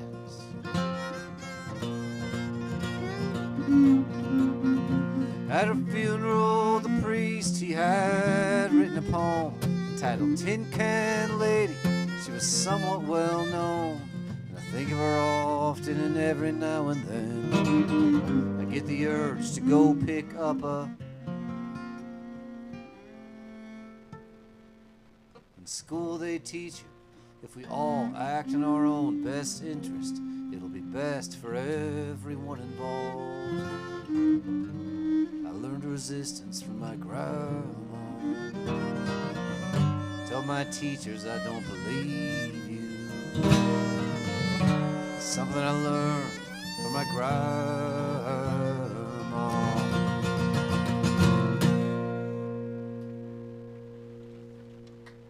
Yeah. That's a keeper there. Benjamin Hunter on the fiddle there, playing with me on my song Maxine. Thank you for that. Well, one more from yourself, and then I think everyone's got the request ready. I can sense it. I can sense that there. Even the hangers-on in the outer realms, they think they're scot-free from it, but I know that they know deep down that they need a request. And then we have to fulfill it. We have the hard job here. It's very hard. Yeah, we got. Yeah, it's very hard. I'm gonna rely on you. I'm just gonna play melody, right? Melody, great. That's I lack that, so it's helpful. Yeah, when any someone request can add you that. guys have, it's fine. Oh, good. Because I don't have to know the words. Isn't it cool? There was a time when there was a common melodic language that there was a television show called Name That Tune. Yeah. And that's over. Yeah, no, I think I don't think there's a melodic language, common language, that a show like that could exist. I hope I'm wrong. Well, there's so many songs now that use so many other songs as reference for their song, and so any one song that you could have could be 50,000 other songs. There's a lot of theft. As if it wasn't that way before. Totally. But it was a little more. Yeah, totally. Yeah, sure. And it's just a little bit more. I'm not saying there's anything wrong with theft. I think Leadbelly said to Woody Guthrie, I think it was Woody Guthrie. Woody was like, "Hey, Leadbelly, can you show me what you did there?" And he's like, "You can steal it, but I'm not gonna tell you what I did." I haven't heard that one yet. Yeah, that's great. So, anyways, all right. Well, I'm just gonna do a cover. This is a tune that was this is just a nice, easy little tune. It's called "Some of These Days." It was a pop standard back in the teens, in the 20s, and it was done by a whole bunch of different folks, and including myself right now, us right here. It's called "Some of These Days."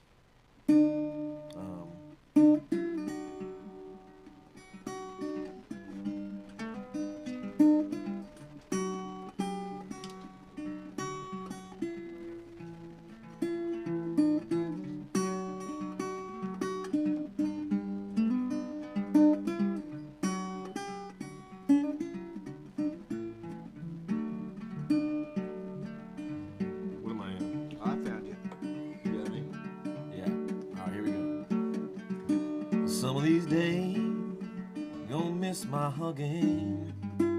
Some of these days I am gone away. Some of these days gonna miss my kissing. You know you're gonna miss me, sweet dreams. I am going away. You gonna miss me. You gonna miss my hugging. You gonna miss me. I am gone away. Yes, you gon' miss me. You gon' miss my kissing. And you gon' miss me. Sweet dreams, I'm going away. You will never know what a friend will do till they gone away. You gon' miss me. You gon' miss my kissing. You gon' miss me, I am gone away. Yes, you gon' miss me, you gon' miss my kissing. And you gon' miss me, sweet dreams, I am going away. And some of these days, you gon' miss my loving. And some of these days, I am gone away. Some of these days, you gon' miss my squeezing. No, you gon' miss me. Sweet dreams, I'm going away.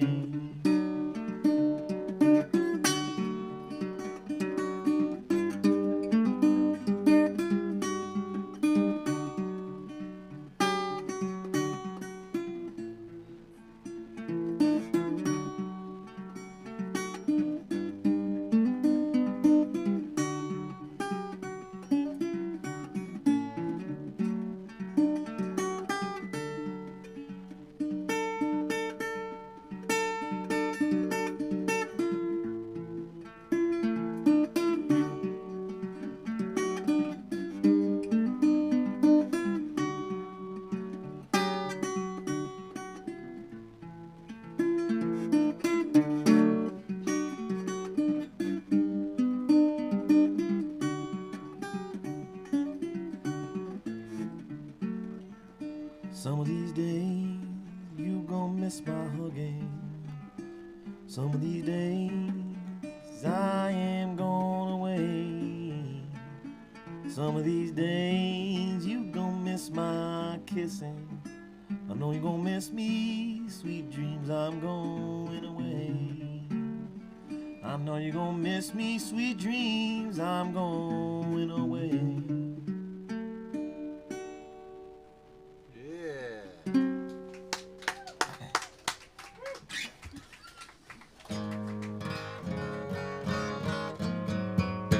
And the awkward moment has come that a lot of us have been fearing and some have been anticipating. It is time to stump the band. This is when the audience puts three requests up to the bandstand, and we do the best that we can to do something of them. And I'd like to remind everybody at the at-home audience and the at-here audience, we do request a donation for this show. There is no nation better than the donation. And for those of you of a certain economic bracket, we do like to offer the opportunity for you to turn an annuity into a gratuity. So that's what we're doing right here. This is our job. We're playing music for you here. And I have these little cards that Michelle's going to come gather from me now, and she'll pass them out. So we can... Yeah, you can definitely put me on your will. Yeah. Or whatever you got. I'll take it. It's fine. So how about a request? How are people feeling ready to request? Great. So let's go with Heather. Let's start with Heather because she's been such an attendant audience member. She lives next door, and she got the pop-up tents and all various over here. Heather, what would you like us to play for you? Okay, we'll go with it. We got Springsteen in the request number 1, and we're looking for request number 2, and we're just gonna go straight to. Now, this is what English teachers generally don't do, but you might do because it's like not expected. Straight to your right, the lady who, out of the last 20 years, only one of them has been rainy, but 11 of those 20 years were spent on the Cape. So it's not on the Cape. She's going to set me straight. The port orchard persuasion. She was out. She was working in the orchard for 11 of those years. So that's a rain shadow area. It's not. She's not playing along. She's a straight shooter. I have a feeling maybe you actually have some experience in the classroom earlier in your life. Is that? I'm like swing and a miss over here, and she's putting me in my place. I have a song. Yeah. Charlie Pride or Willie Nelson. We got Spring. This is great. Yeah, these are not song requests, people. These are people requests. And that's actually helpful. That's helpful. That's good. Yeah, it's good. That's a love. We love it. We love it. We love it. Okay, now let's go deeper into the audience here. The people who are out on the fringes, the more break up that. Yeah, the people who come for the hang, not for the show. You know, we've all been there the odd time. You know, getting juiced up at the back of the bar, and we don't know if it's Conway West who's on stage or if it's Conway Twitty. We don't know. You know, and it's we're just enjoying our life, and so I wonder who we're going to call upon. I think we'll call upon our nearly assistant tech, who rose to the occasion. And Seraphy, do you have a request for us? Wow, good request. Good request. And then I looked at my associate here, and do any of those call out? I have the great memory. Yeah, we can do all three. That's fine. I'm going to play the violin.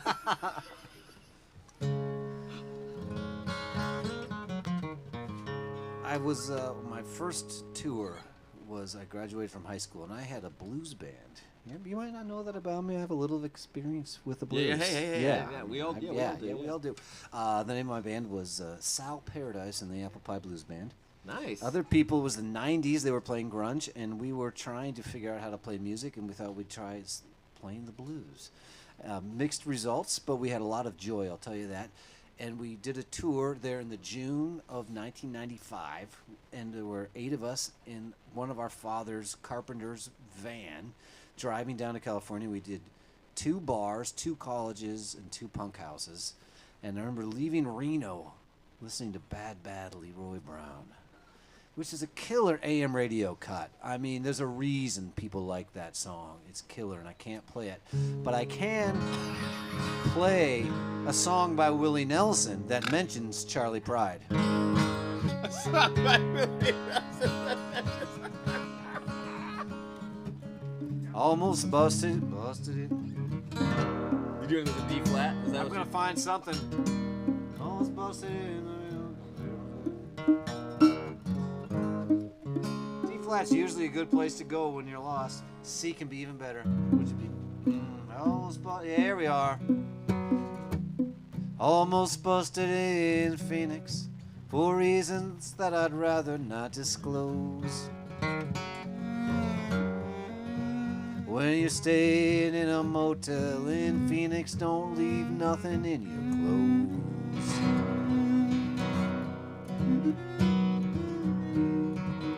clothes. I guess Phoenix wasn't made for me and Paul.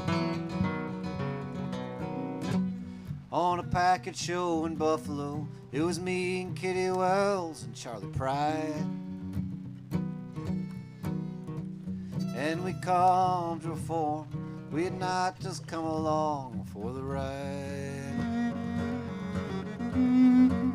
but we drank a lot of whiskey. I don't know we went on that night at all. I guess Buffalo wasn't made for me and Paul. And that's all I got.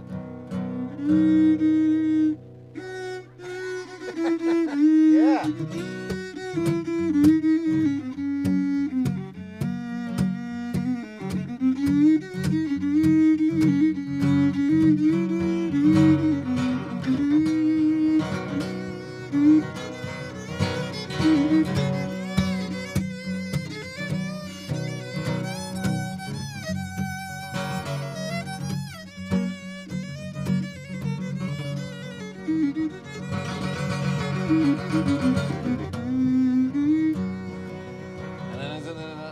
And I'm proud to be an Okie Republican. You can sneak that in right in there. Just anyways.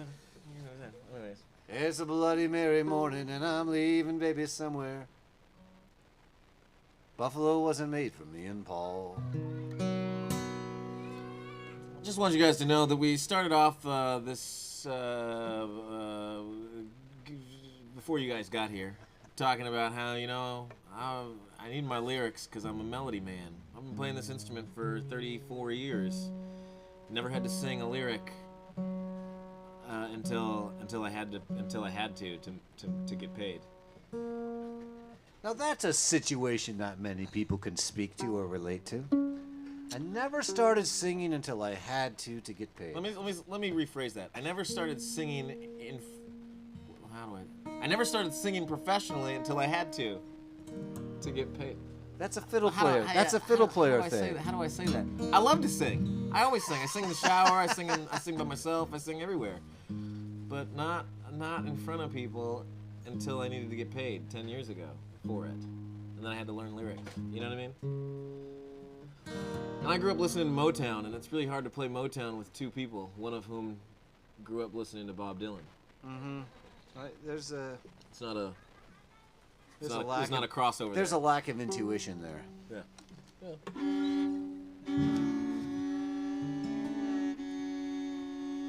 I tuned down to you, by the way. Your whole instrument? I tuned my whole instrument.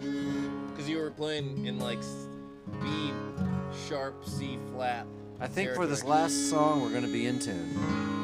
Thank you to Ben and Michelle and to Caleb and Heather for putting this together. And the man on the paella. For those of you at home, we wish you were here because they have a paella going on. Thank you to John Henry. He's going to come up and join us for this last one here. John Henry is the man who takes he takes this music right here and this scene right here and puts it through the ones, the zeros, the cables, and the screens to bring our kitchen table to your kitchen table. And then he comes up on stage, do one more with us, at which point he realizes we're playing in the key of D flat. We'd like to close with this one. Thank you, everybody, for being here. Robert Sarazin Blake from the kitchen table, coming at you live every Sunday through July. Next weekend, we will be at the Tune Up Festival. The guest will be a member of the tune-up lineup. We don't know who that's going to be yet. Very exciting. Weekend after that, we'll be in Bellingham with the one and only Kristen Alanzito as our guest. After that, we will be up at the Mission Folk Festival. That's right, Michelle. Who's the guest? Amanda Reel is going to be our guest. Really looking forward to the Mission Folk Festival. It's been a long time since I've been to Canada. I've got to go up there and see if everybody's doing all right. It's been a long time, pre-pandemic at least, more than that. So good that things are not as bad as they used to be. That's John Henry over there. He does all the hard work. Put your hands together for John Henry. Well, it's great to see you, because we thought you were dead. Did you come back to life? Did you get out of your bed? It's great to see you. Was that your ghost? We thought you were gone. Burnt toast, it's great to see you.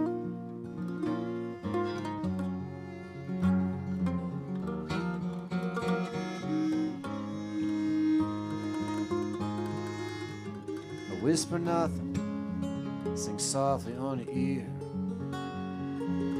Try not to cut short the moment that's here. Shadow it might be, feelings clear.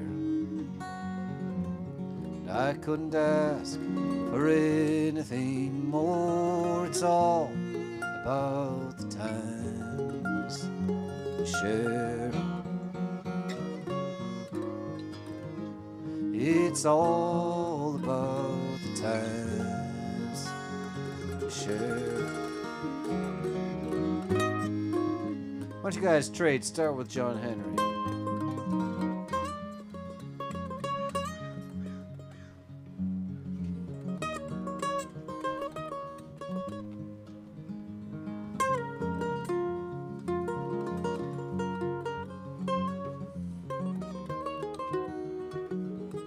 Take the chorus, man.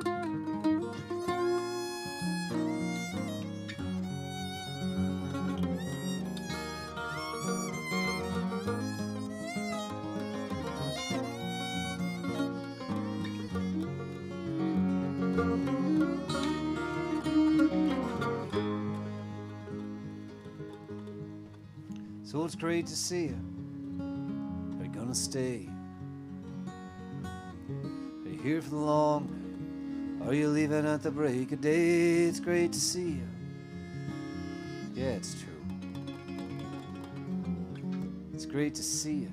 It's great to be near you. It's all about the times we share. It's all about the times we share. For those of you who don't have a hot bite of paella in your mouth, you can sing along with everybody who's at home, wherever you may be. St. Louis to Ontario to Buffalo to Dublin City to Dublin Town. It's all about the times we share. It's all about the times we share. Thank you to Benjamin Hunter. Thanks to John Henry for doing the tech. Thanks to all of you for being with us. We have 4 more weeks of July. We're going to be here every Sunday, so come see us again.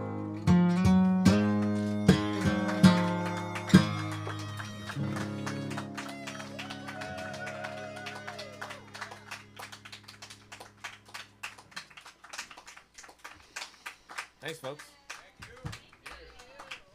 Nicely done, my friend. Let's do this some more. What a pleasure. Yeah, I like the time.